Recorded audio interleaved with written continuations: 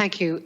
This is a topic I really wasn't very familiar with at all, and I want to thank you all for sharing your experiences here this afternoon, and each and every one of you have made me think about the challenges that you face, and this can be a very contentious issue, and it evokes very strong emotional reactions.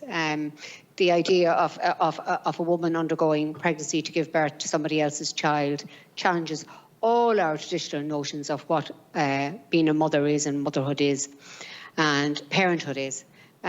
So it has, emotional and ethical challenges for us all. There's a couple of questions, but some of them actually have been answered already, basically in relation to the jurisdictions that would be an ideal model for implementing. And I think Ciara actually mentioned UK, New York, which I look up the Bill of Rights in New York, and Greece.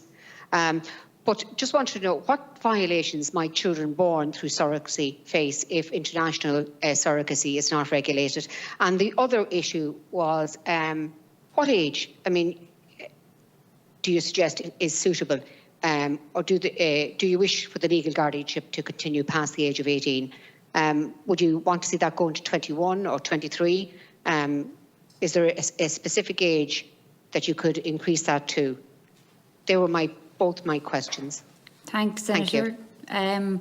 So I might just, I don't see any, Professor Mahoney, we'll go to you first, and then if some of the other witnesses want to indicate if they want to come in, please. Thanks.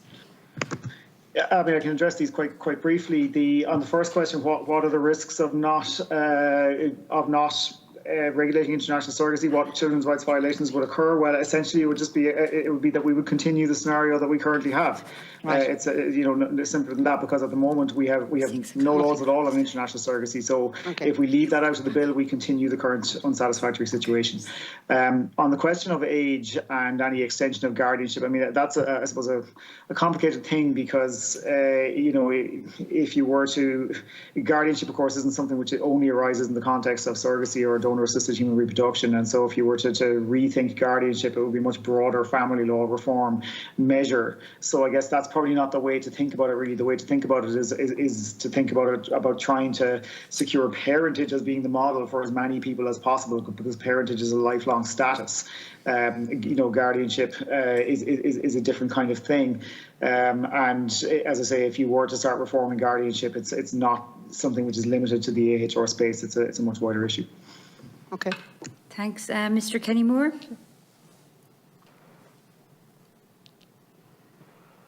Apologies there, just trouble with the mute button.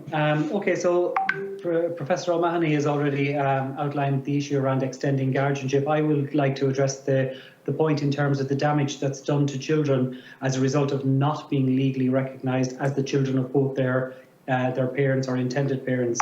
Earlier in the discussion, we talked about a significant number of issues around medical issues, around foreign travel, accessing passports, tax and inheritance. So we've kind of addressed a significant number of the issues that occur on a daily basis for our families. What I will say that we haven't kind of had an opportunity to think about or talk about is that our children are classified as inferior to the children who live next door to them as a result of the fact that they're born typically to married parents, but they actually are only considered to have one parent. And obviously right now, just to take it on a personal level, my children are very young. As I mentioned, our oldest twins are 3.5, but they're starting to realise already some of the differences between them and the families around them. They've already recognised that they don't obviously have a mother. But as life goes on, they're going to see scenarios where their family are being treated in an inferior way, such as when they, let's say we want to go on a family holiday and my husband is already abroad. I will need a letter from him in order to bring my children out of the jurisdiction. They will see scenarios where I will have to tick the guardian box on a certain application form as opposed to the parent box. So there will be all sorts of subtle differences that emerge as the children grow older, and as they get older, their understanding and perception of those differences will become very tangible and very real. And it's my belief, having grown up as a gay man in the 70s, 80s and 90s, when it was illegal for me to be gay, that when you are treated by the state as an inferior person, you actually take on certain disadvantages, either emotionally or psychologically, from being treated in a second-class and different or inferior way. And even though the differences for our children are probably less pronounced than in the differences that exist for me as a gay man, they do exist. The children will be aware of them, and it will, I believe, have an impact on them. The level of impact has never been quantified, but it will have an impact on them, for them to know that their family unit is somewhat valued less by the state than other family units around them. So I can't quantify it other than the examples we have given, but it is definitely a real scenario that has been addressed by psychologists over the years. When you label somebody as different and inferior, it does impact them.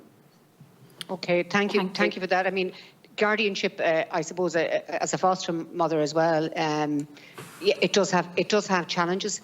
Even to actually go outside the jurisdiction, to go up north, you have to have permission to actually take that child out of the Irish jurisdiction. So that can be quite difficult when it comes to taking the children out of the country. You have to have permission to do so.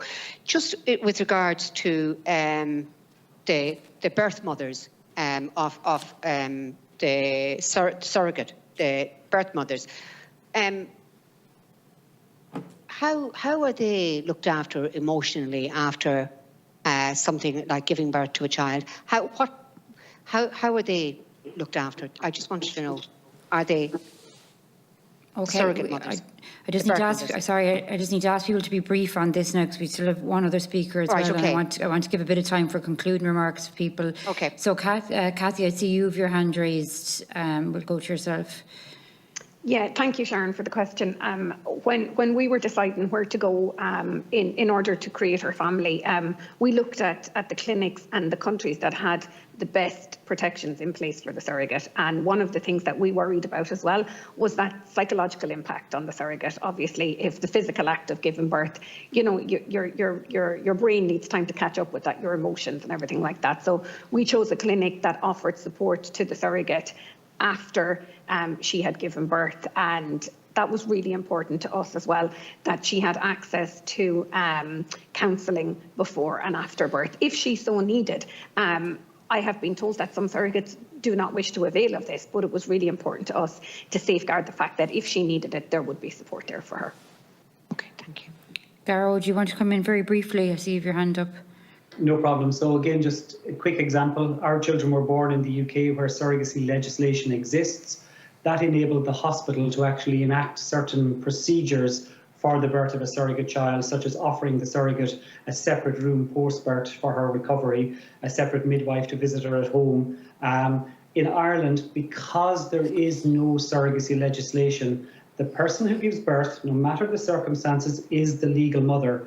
As a result of that, she is forced to stay in the hospital until her child can be discharged. She's forced to stay in the general ward for recovery with the child in a crib beside her, which some surrogates are very comfortable to do, some surrogates don't want. But we've already spoken to the HSE on this. They can't enact separate policies, or they don't enact separate policies and procedures, because it's simply not on the legislative books. So the lack of legislation is actually meaning that the surrogates are forced to take on roles in the hospital setting that they don't often want to take on.